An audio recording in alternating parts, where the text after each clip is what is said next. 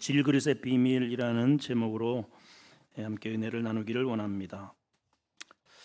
우리가 읽은 7절부터 마지막 절은 1절부터 6절까지의 메시지를 배경으로 삼습니다. 앞에는 사도 바울이 직분에 관련된 말씀을 언급을 했습니다.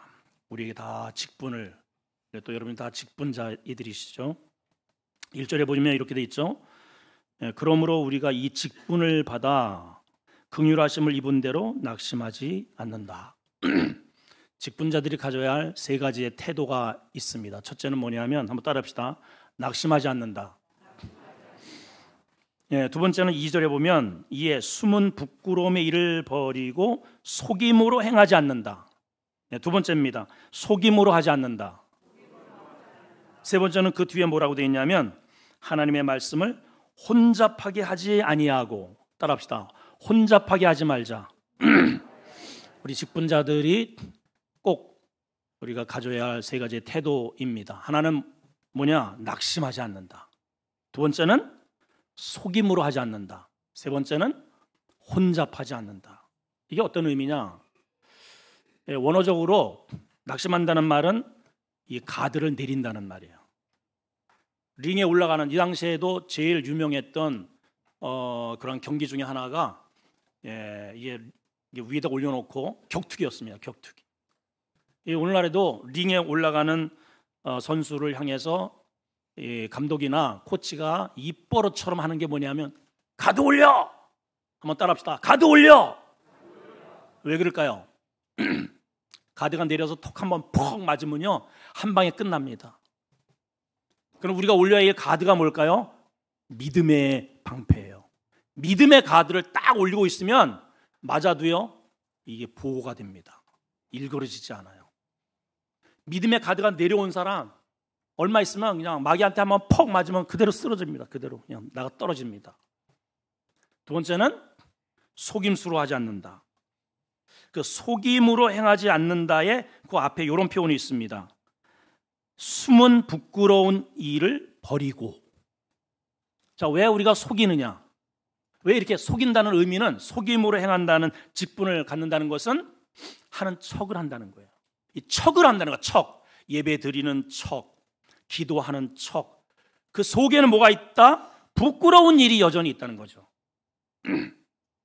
당시 고린도 교회 성도들도 신앙생활을 하면서 여전히 이 밖에 나가면 똑같아요. 세상 사람과 같이 우상에 절하고 음란하고 주초하고 여전히 싸우고 뭐 똑같아요. 교회 왔으니까, 시간이 되었으니까는 직분을 받았습니다.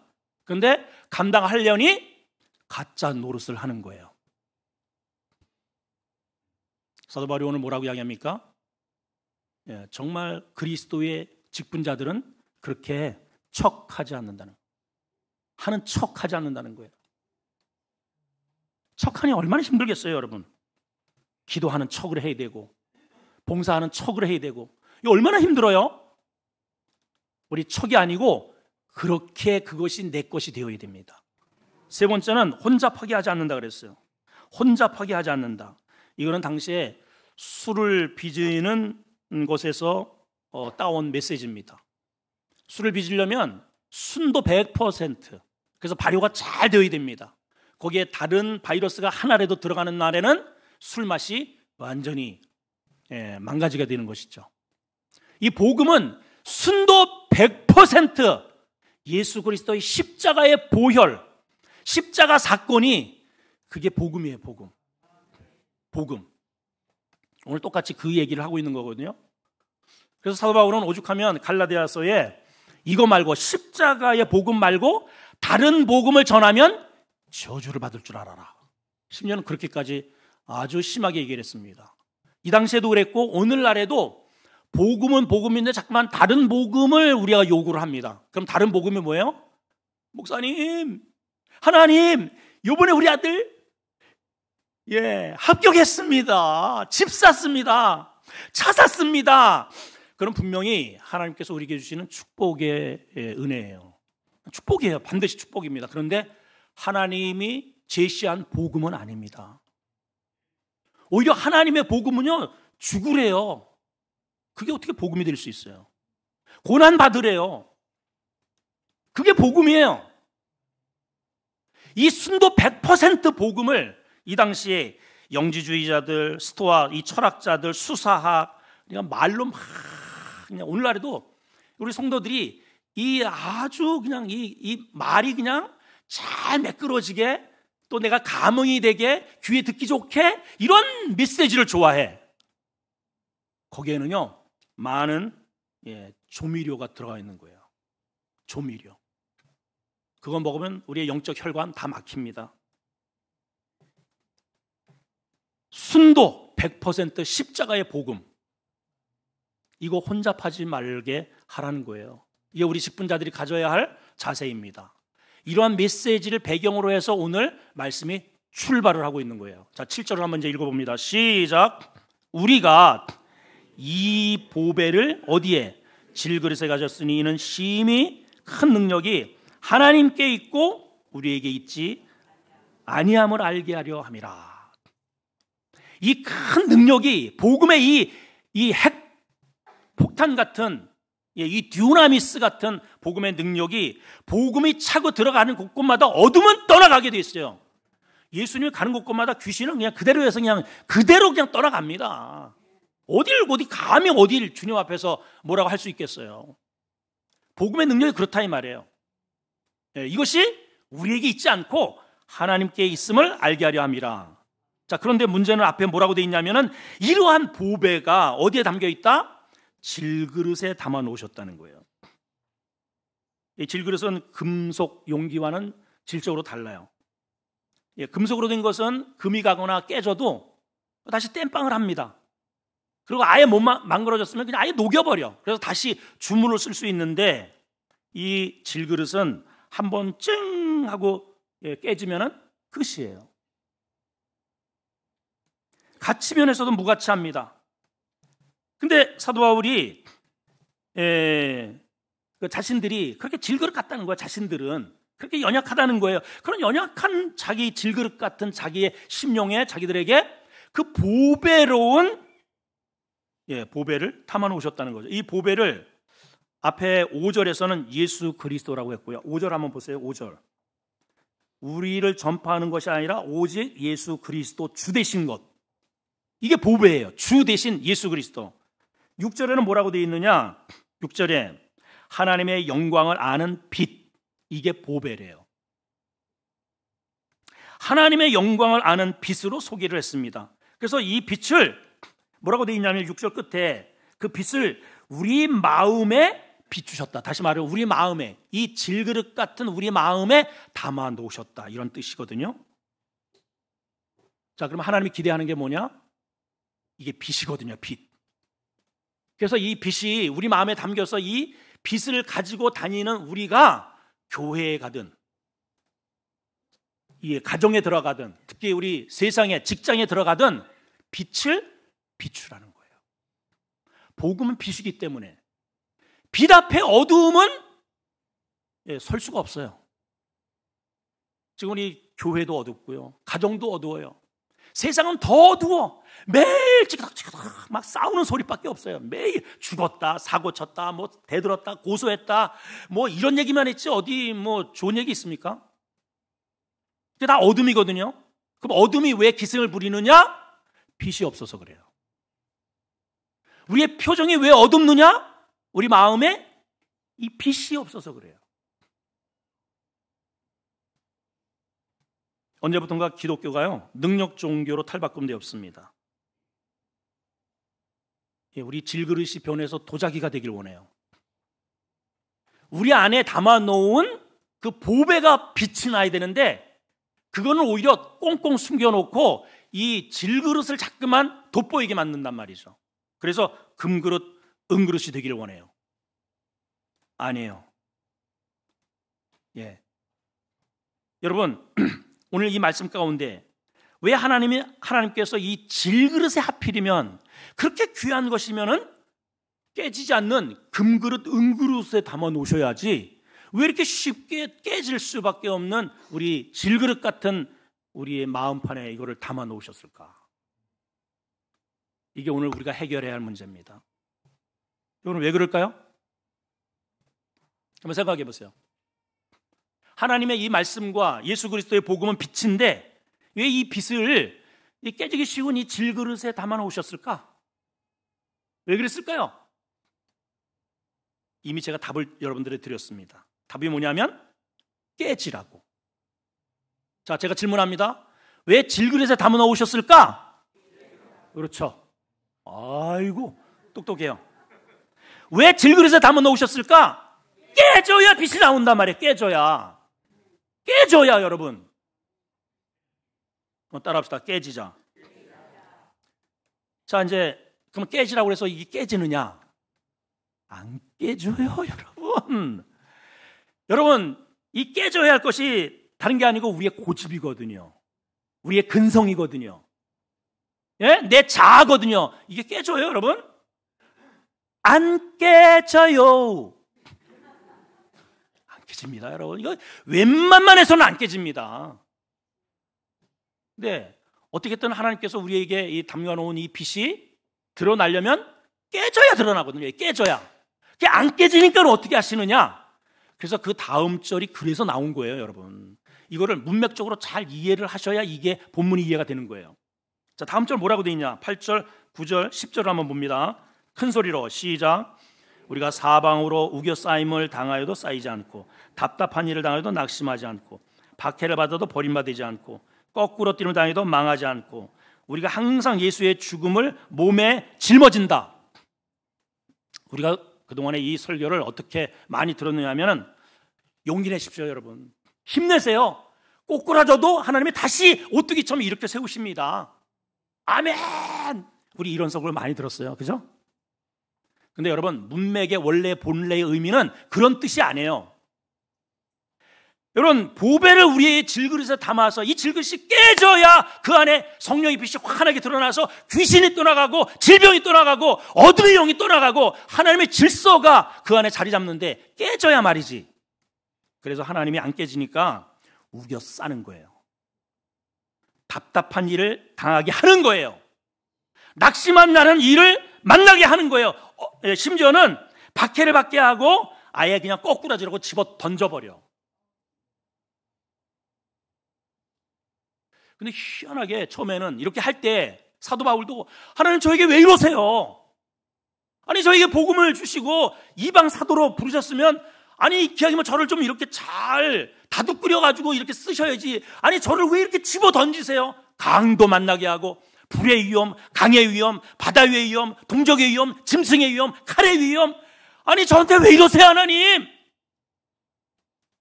그래서 망했는가 싶었더니 정신을 차리고 두들겨 맞고 딱 눈을 떠보니까 세상에 자기가 죽은 자리에 부활의 역사가 일어나더란 말이에요. 교회가 세워지고요. 거꾸러진 것 같은데 답답한 일을 우겨쌈을 당했는데 쌓이지 않아요. 답답한 일을 분명히 당했는데 낙심하지가 않아. 그 죽은 자리에 부활의 역사가 일어나단 말이에요, 여러분. 아, 이걸 깨달은 거예요, 이거를. 아하, 이제 보니까 하나님이 그래서 능력은 나한테 있는 게 아니고 내 속에 있는 이 복음, 이 빛인데 내가 깨져야 이게 드러나는구나. 내가 깨져야 교회가 사는구나. 내가 깨져야 성도들이 하나님의 영광의 빛을 보이는구나, 이게. 아, 이걸 깨닫고 이 글을 쓴 거예요. 그래서 10절 보세요. 자, 10절 시작. 우리가 항상 예수의 죽음을 몸에 짊어지면 이게 무슨 말이야? 내가 깨진다는 거예요. 늘 의도 터져. 여러분, 교회에서 일을 안 하는 사람은 욕을 먹을 이유가 없어요. 아, 예배 드리고 그냥 바로 그냥 나가는데 뭐 욕 먹을 이유가 뭐가 있어? 근데 이제 남아서 청소를 하든 안내를 하든 주방 식당을 하든 항상 앞장서서 뭐가 하는 사람은 항상 뒤에서 뭔 말을 듣게 돼 있어요. 이게 수근수근하고 이러고 저러고 저러고 그렇게 해가지고 낙심한 일이 생겨요. 우겨 싸움을 당해요. 어떤 때는 꼬꾸라지기도 해요. 근데 그러한 상황을 통해서 하나님이 기대하시는 게 뭐냐? 내 자아가, 고집이, 죄가, 내 근성이 뻑 하고 깨지면서 그 안에 담긴 예수 그리스도의 빛이 그 사람들에게 비춰지더라, 이 말이에요, 여러분. 이런 원리요, 이런 원리. 이런 원리. 근데 여러분, 이거 꼭 기억하셔야 됩니다. 하나님께서 우리를 왜 집어 던지시느냐? 다시 한번 아까 우리 했던 거 있잖아요. 자, 하나님이 여러분들을 휙 집어 던지셨어요. 꼬꾸라지도록. 왜 그랬을까요? 깨지라고. 자, 그런데 이걸 이제 집어 던진단 말이에요. 이게 어디다 집어 던질까? 예? 휙 집어 던졌는데 이걸 팍 깨지면 이 안에 담겨 있는 그리스도의 성령의 빛이 팍 터져서 말이죠. 그 어둠의 그러한 분위기가 빛으로 환하게 비칠 텐데 딱 던졌는데 탱탱탱탱 본 차이나 안 깨져. 그런 거 있죠, 여러분? 분명히 오메가메가지고 탱탱탱탱탱탱 안 깨져. 보니까 본 차이나네. 우리 본 차이나 표 성도들이 있어요. 웬만해서 안 깨지는 사람들 안 깨져. 그 고집이, 자아가, 죄성이. 그런데 이걸 아셔야 돼요. 안 깨지잖아요. 그러면 하나님은 어쨌든 하나님의 당신의 그 거룩한 빛을 그 안에다가 집어넣은 이상 반드시 그 사람을 통해서 빛을 비추고야 마십니다. 그럼 어떻게 하실까요? 이 치는 강도가 세지는 거예요. 그러니까 때로는 암에도 걸리고요. 교통사고로 눈이 뽑히기도 하고요. 다리가 다 잘려지기도 하고.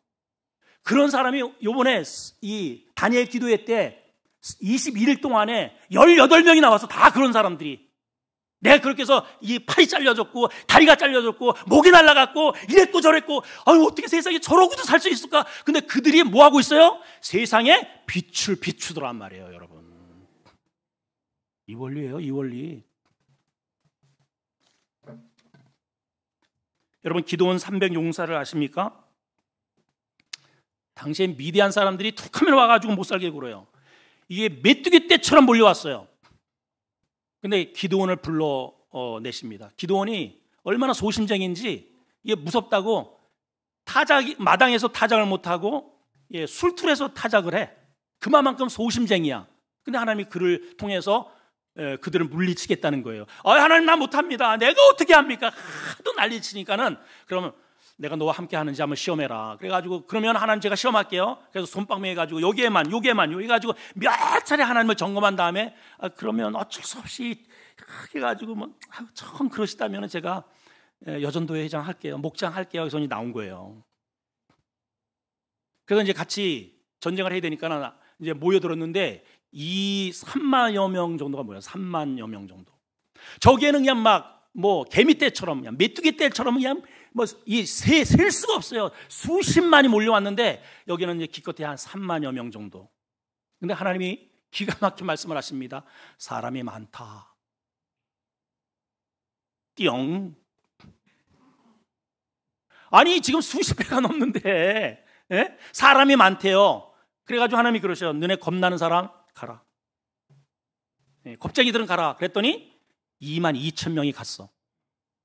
그리고 10,000명이 남았대요. 그럼 10,000명이라도 어떻게 좀 구슬려가지고 이렇게 훈련시켜서 제식훈련해서 앞으로 갓 찔러 총 얍얍 이거 좀 해야 되잖아요. 그래도 많대요. 그래도 많다. 그래가지고 물가에 데려가서 물을 먹이래. 그래서 벌컥파와 안 벌컥파를 고릅니다. 그냥 머리 쳐박고 그냥 펄컥펄컥 들이키는 사람이 있고 이거를 홀짝홀짝 마시는 사람이 4주 경계를 하면서. 그래서 4주 경계를 하면서 이 홀짝파 300명 남기고 너희들은 가. 이게 지금 전쟁을 하시겠다는 건지 뭘 하겠다는 건지 도무지 이해가 안 됩니다. 근데 그 300명을 데리고요 하나님의 작전 명령을 하십니다. 잘 들어보세요. 물론 잘 아시는 내용이겠지만은 기드온에게 이렇게 말씀합니다. 기드온아, 자 300명들에게 전부 다 손에 두 가지를 들게 해라. 한 손에는 항아리, 따라합시다. 한 손에는 뭐라고요? 항아리. 한 손에는 나팔. 뭐라고요?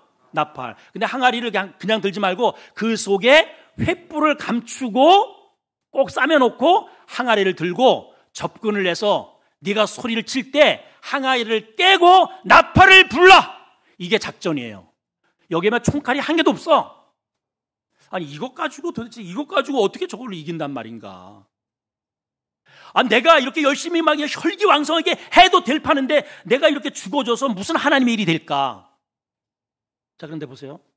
그런 사람들이 이거 사사사사 이렇게 들어가가지고 이제 그들이 진을 친 장막에 가까이 왔을 때 기드온의 칼이여 하면서 이 사인을 딱 주는 순간 항아리를 팍 깹니다. 그리고 나팔을 뿌앙 울려대니까 하나님이 이 소리를 천둥치는 소리로 저들에게 듣게 해가지고 일어나가지고 혼비백산을 합니다. 예. 그리고 막 번쩍대는 그냥 불이 사방에서 막 넘실대니까 이게 무슨 뭐 도깨비냐 뭐냐 해가지고 막 자기들끼리 치고받고 하다가 다 괴물이 돼버렸어요. 자, 여러분, 여기에서 굉장히 중요한 승리의 원리가 하나 나와요. 그게 뭐냐? 횃불을 어디에 감췄다? 항아리에 감췄다. 지금 말씀하고 똑같잖아요, 여러분. 그 항아리를 깨라는 거예요. 깰 때에 빛이 드러나고 저 어둠들은 스스로 괴멸될 거다. 이런 원리입니다. 자, 여러분, 가정이 시끄럽나요? 어렵나요? 어둠이 찾아왔나요? 딱 한 가지입니다. 내 자아가 깨지면 돼. 내 자아가, 내 고집이, 내 우상이. 우리 얼마 전에 43명이라는 엄청난 44명의 직분자를 세워놨습니다. 하나님이 일 맡으라고 지금 이 직분자들이 오늘 세 가지라 그랬잖아요. 낙심하지 말고, 혼잡하지 말고, 척하지 말고. 설교하신 목사님이 두 가지 설명드렸어요. 두 종류, 전혀 변화된 직분자가 있을 것이고, 여전히 굳세어라 금수나, 어제나 오늘이나 영원토록 나는 동일하다. 이렇게 신앙생활 하는 사람이 있을 거다. 그 예언이 딱 들어맞네요. 어떻게 그럴까요? 왜 우리가 기도의 자리에 못 나고, 왜 새벽 예배를 왜 못할까요? 나 피곤해. 나는 해본 적이 없어 라고 하는 그 자아가 여전히 쌩쌩하게 드러나니까 그 안에 있는 빛이 드러나질 않는 거예요. 깨줘야 됩니다. 따라합시다. 깨지자. 깨져야 돼요. 자, 보세요. 이제 11절 12절 시작. 우리 살아있는 자가 항상 예수를 위하여 죽음에 이 죽음에 넘겨지는 뭐예요? 깨지는 거예요. 깨지는 거. 이 깨지면 예수의 생명이 우리 죽을 이 질그릇 같은 육체에 나타나게 된다. 아멘을 딱 두 분밖에 안 하신다. 자, 12절 시작. 그런즉 사망은 우리 안에서 역사하고 생명은 너희 안에서 역사하고. 자, 다시 한번. 사망은 어디? 우리 안에서 역사하고, 생명은 너희 안에서 역사하고. 역사라고 하는 말이 원어를 보면은 에넬게오라는 말인데, 역사라는 게 꿈틀댄다는 거예요. 꿈틀댄다. 사망이 나에게서 뭔가 꿈틀대서 내가 사망이 꿈틀대서 내가 죽으면 저쪽이 살아요. 내가 살아요. 근데 반대로 내가 살겠다고 생명이 나에게 역사되면 이쪽이 다 죽어요. 그래서 여러분, 집에서 큰 소리 뻥뻥 치는 사람, 본인이 살겠다고 그러는 사람은 아내가 죽고 자식이 다 죽어요, 여러분. 그런 거예요. 교회에서 목사 혼자 살겠다고 돈 좋아하고 명예 좋아하고, 그래서 목사가 살잖아요. 교회 다 죽어요. 교회 다 죽는 거예요. 목장은 목장이 깨져야 됩니다. 가정에서 엄마가 아빠가 깨져야 됩니다. 깨져야 돼요. 그래야 자식이 사는 거예요. 직장에서도 누구를 통해서 직장이 유지된 줄 아십니까? 깨진 사람이, 희생하는 사람이. 이렇게 커피 마시고 손 하나 까딱하지 않는 사람이 있어요. 딱 책상 위에 두고 다니는 사람. 그럼 누가 치웁니까, 이거? 그런 사람은요, 주변에 사람이 들러붙질 않습니다. 제가 여러 차례 한번 말씀을 드린 적이 있잖아요. 제가 아는 어떤 친구가 2시간 전에 출근을 합니다. 2시간 전에 출근. 그러니까 밀리지도 않고, 안 그러면은 막 그냥 30분 이상 이 거리에서 시간을 보내야 되니까. 그리고 이제 너무 널널하니까는 뭘 할까 하다가 너무 지저분하대요. 그 책상 다 정리해주고 청소해주고. 처음에는 막 빈정대더래요. 막 빈정. 아유, 저 교회 다니는 것들은 꼭 저렇게 생색을 낸단 말이야. 그러다가 이제 이게 6개월 정도 이렇게 지나니까 자기들이 치우고 하는 거예요. 자기들이. 안 그러면 저 친구가 쳐야 되잖아. 미안한 거야. 한 1년 정도 되니까 박수를 보내고요. 그리고 소문이 나고 나중에는 시장이 불러서 상을 줬어요. 왜 그럴까요? 깨져서 그래요. 깨져서. 누가 먼저 가서 남의 내 책상 이거 정리하기도 귀찮은 판에 누가 남의 책상을 정리를 하겠어요. 그거는요 깨져야만 가능한 거예요. 깨져야만. 누군들 교회 먼저 와가지고 먼저 1시간 전에 성가대를 하고 싶고 교사하고 싶고 누구는 천서 누구는 손 못 쳐서 설거지하고 싶은 사람이 누가 있어요 여러분. 해준 밥을 먹기는 좋아하지만 그러나 하나님은 누구를 통해서 역사하시느냐? 그 깨진 그 사람을 통해서 교회의 빛을 드러내고 가정의 빛을 드러내는 거예요. 따라합시다. 깨지자. 그럼 우리가 왜 깨져야 되느냐? 왜 깨져야 되느냐? 자, 13절을 읽습니다. 시작. 기록된 바 내가 믿었음으로 말하였던 것 같이 우리가 같은 믿음의 마음을 가졌으니 우리도 믿었음으로 또한 말하노라. 이거는 기록된 바라고 했으니까 구약에 어디에 기록되었다는 뜻이에요. 그거를 바울이 인용을 한 말씀입니다. 자, 어디에 기록됐는가? 시편 116편에 기록이 되어 있어요. 자, 한번 읽어보실까요? 자, 8절에서 10절입니다. 시작. 주께서 내 영혼을 사망해서 내 눈을 눈물에서 내 발을 넘어짐에서 건지셨나. 여기까지 보면은 오늘 이 상황과 똑같아. 꼬꾸라지고 넘어지고 압박당하고 집어 던지고. 근데 그렇게 집어만 던진 게 아니고 그 집어 던진 곳에 나 혼자 있는 게 아니라 주님이 거기에 함께 계시더라는 거예요. 그러니까 주님 때문에 우리가 그렇게 욕을 먹고 내동댕이 치고 버림받은 그 현장에 주님이 찾아가셔서 건져내시고 구원해 주시고 그 구원할 때에는 부활체로. 그래서 9절에 보면 자 시작. 내가 생명 있는 땅에서 여호와 앞에 행하리라. 10절. 내가 크게 고통을 당하였다고 말할 그때 우리는 어떠냐? 아이 때려쳐 이거. 여러분 교회를 하다가 성가대 하다가 누가 한 소리 이렇게 탁 하잖아요. 아이고 이번에 찬양이 뭐 그래? 어떻게 지휘를 이번에 완전 불협화음이네. 당신이에요. 그냥 내던집니다. 그냥. 그런 경우가 많아요. 우리 신앙생활하다가 뭐 한 소리 들으면 그 자아가 여전히 시퍼렇게 살아있어서 꿈틀꿈틀 그 자아가 꿈틀대니까 빛이 죽어버리는 거예요. 근데 오늘 뭐라고 얘기합니까? 내가 크게 고통당하였다고 말할 그때에도 나는 믿었노라, 일했노라, 순종했노라. 왜 그래요? 여전히 그 고통 현장 속에서 주님이 오히려 먼저 대기하시고 나를 지키시고 보호하시고 은혜를 주시니까. 그래서 12절에 이런 표현을 했습니다. 12절에 자 크게 한번 읽어봅니다. 시작. 내게 주신 모든 은혜를 내가 무엇으로 보답할까? 무엇으로 보답할까? 오늘 우리가 보답해야 할 3가지 아이템만 알려드리겠습니다.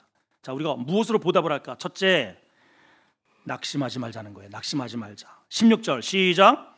그러므로 우리가 낙심하지 아니하노니. 아까 낙심이 뭐라 그랬어요? 아까 낙심 뭐라 그랬어요? 가드 내리는 거. 믿음을 내려버리는 거예요. 믿음 생활을 내려버리는 거. 그러면 마귀가요 마음 놓고 두들겨 팹니다. 마음 놓고 너 잘됐다 아주 그냥. 우리는 어떤 상황에서도 우리의 이 믿음의 가드를 내리시면 안 돼요. 우리가 낙심하지 아니하노니. 우리가 무엇으로 보답할고 낙심하지 않는 게 하나님께 보답하는 길이라는 거예요. 하나님께 보답하는 길. 두 번째는 깨지자는 거예요. 내가 깨지자. 그 다음에 뭐라고 되어 있습니까? 우리의 겉사람은 낡아지나 깨지나 우리의 속사람은 날로. 누가 새롭게 되느냐? 누가 은혜롭게 사느냐? 깨지는 사람. 깨지는 사람. 깨졌는지 안 깨졌는지 딱 건드려 보면 압니다. 자, 한번 지금 해보는 거예요. 옆에 사람 한번 건드려 보세요. 이렇게 건드려 봐. 건드려 봐. 그러면 벌써 눈매가 딱 달라지면서 건드리지 마. 왜 이래? 건드려 보면 알아. 이렇게 건드려 보면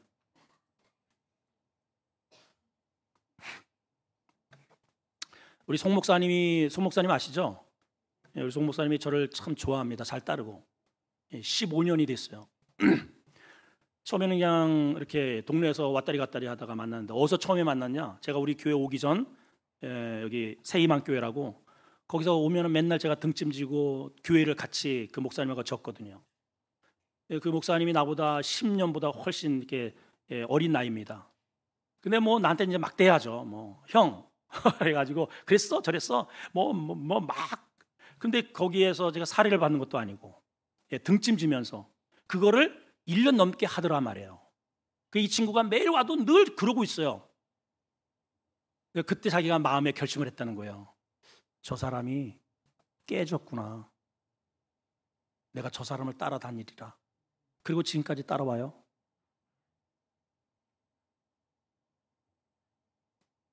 우리가 깨졌기 때문에 이 교회를 건축하고, 우리가 깨졌기 때문에 행복한 교회도 세워준 거 아니에요? 깨진 사람이 하는 거예요. 깨진 사람이. 하나님의 이 질그릇 거기에다가 뭐 금칠하고 음칠하고 멋지게 그리고 그거요 그냥 다 한 방에 그냥 끝나버립니다. 그 안에 있는 영원한 빛이 드러나야 돼. 따라합시다. 깨지자. 그게 하나님께 보답하는 거예요. 그게 우리가 무엇으로 보답할고 깨지면 되는 거예요. 내가 할 게 없어. 그냥 나만 깨트리면 돼. 이게 하나님께 보답하는 건데 이걸 안 깨. 그냥 그 고집. 세 번째는 잠시 받는 환난을 기꺼이 견딜 수 있어야 됩니다. 자, 여기 보세요. 17절 한번 읽어볼까요? 시작. 우리가 잠시 받는 환난에 경한 것이. 이 표현이 참 이색적입니다. 자, 환난을 당할 때, 꼬꾸라질 때 왜 안 힘들어요? 아니 지금 암이 걸렸는데 다리가 하나 잘라졌는데 이게 왜 여기 간증하는 사람들 이 자살을 몇 번씩 시도하잖아요. 정선이 그 집사 보세요. 몇 번 죽으려고 그랬다 그러잖아요. 죽으려고. 힘들어요. 근데 성경은 뭐라고 표현하냐면 이 사도 바울이 경하대, 그거를 경하대. 그 사람은 지금 죽을 지경인데. 그렇게 경하다는 말은 그게 그 일이 아무것도 아니다라는 말이 아닙니다. 힘들죠. 일을 하다가 다른 사람 때문에 나 막 모여봤는데 왜 그 힘이 안 들겠어요? 어려워요. 힘들어요. 그런데 그것이 힘든데 그것 때문에 하나님으로부터 받는 그 영원한 보상에 비해서는 아무것도 아니라는 거예요. 그런 뜻이에요. 그런 뜻. 내가 주를 위해서 희생하는 거 어려운 거예요. 힘든 거예요. 새벽 예배 아무나 못 나와요. 깨워야 됩니다. 아침에 하루 종일 좋을 수도 있어요. 근데 그럼에도 불구하고 내가 깨질 때, 주를 위해서 내가 헌신할 때 보이지 않는 하나님의 그 은혜가 나에게 워낙 크기 때문에 눈을 뜨는 거다 이 말이에요. 여러분, 그런 의미예요. 그런 의미. 그래서 잠시 받는 환난, 잠시예요. 이것은 잠시입니다. 우리가 주를 위해서 이 희생하는 것 잠시. 여러분 이 자리에서 앞으로 10년 이후에 이 자리에 없으실 분들 계시단 말이에요. 불과 10년 20년이면요 3분의 1이 없을지도 몰라요. 잠시라니까요. 잠시. 그 잠시 주를 위해서 우리가 받는 나의 깨짐이 하나님으로부터 받는 그 영원한 것과는 비교가 되지 않는다. 자, 오늘 결론 18절 시작. 우리가 주목하는 것은, 자, 저를 보세요. 우리 이제 학교 이렇게 쭉 마당에 세워놓고 선생님이 이렇게 이야기를 합니다. 주목! 그러면 이제 쳐다봐야 되잖아요. 왜 안 쳐다봐? 주목! 아, 나를 쳐다보고 있었구나. 자, 딴청 해봐요. 이제 이렇게 딴청. 자, 딴청 하시고 제가 주목하면은 저를 쳐다보는 거예요. 딴청 해봐요. 딴청. 주목! 보라는 거죠. 자, 여러분 뭐라고 돼 있어요? 우리가 주목하는 것은 뭘 주목해요? 보이는 것. 우리 잠깐만 보이는 것만 주목을 해. 보이는 것. 문제, 질병, 고통, 가난, 세상. 근데 사도 바울이 뭐라고 이야기합니까? 보이는 것이 아니요, 보이지 않는 것을 주목해라. 그걸 주목하라는 거예요. 그거를 주목해라. 왜냐? 보이는 것은 잠깐, 모먼트예요. 모먼트, just moment, 순간, 찰나. 그냥 지나가요. 보이지 않는 것은 영원. 내가 어디에 주목을 해야 되겠어요, 여러분? 내가 뭘 집중해야 되겠어요? 왜 신앙생활에다가 왜 가드가 내려오는 줄 아세요? 이 보이는 것이 안 보이니까 자꾸만. 예, 이 보이는 것. 돈이 줄어들고, 뭐 직장이 잘 안 풀리고, 사업이 꼬이고, 이게 다 보이는 거잖아요? 이런 것에 우리가 주목을 하면 마귀가 우리 데리고 놀기가 너무 쉬워요. 그러나 여러분, 보이지 않는 것, 영원한 것, 하나님의 영광, 그것을 우리 속에 담아뒀기 때문에 내가 깨지는 순간 이 빛이 능력을 발휘하는데 어떤 능력이냐? 어둠은 물러가라 이거예요. 어둠은 물러가라. 쉬 어둠은 물러가라. 병 고쳐주세요 할 필요가 없어요, 그 사람. 아니, 병은 어둠인데 빛 앞에 어찌 어둠이 어딜 까불어. 그러니까 예수님이 나타나면 그냥 귀신이 자기가 와가지고 엎드리잖아. 자기가. 나사렛 예수시여, 우리가 아직 때가 안 됐는데 우리를 멸하러 오셨습니까? 너희 뭐냐? 우리 군대입니다. 나가! 막 2,000마리가 그냥 한 반에 끝나버리잖아요, 그냥. 기도할 것도 없어. 근데 우리가 왜 몸부림치는데도 이게 안 낫느냐? 내가 안 깨져요. 그거 깨라고 주셨는데 그래도 안 깨. 따라합시다. 깨자. 기도하겠습니다. 하나님, 우리 깨져야 됩니다.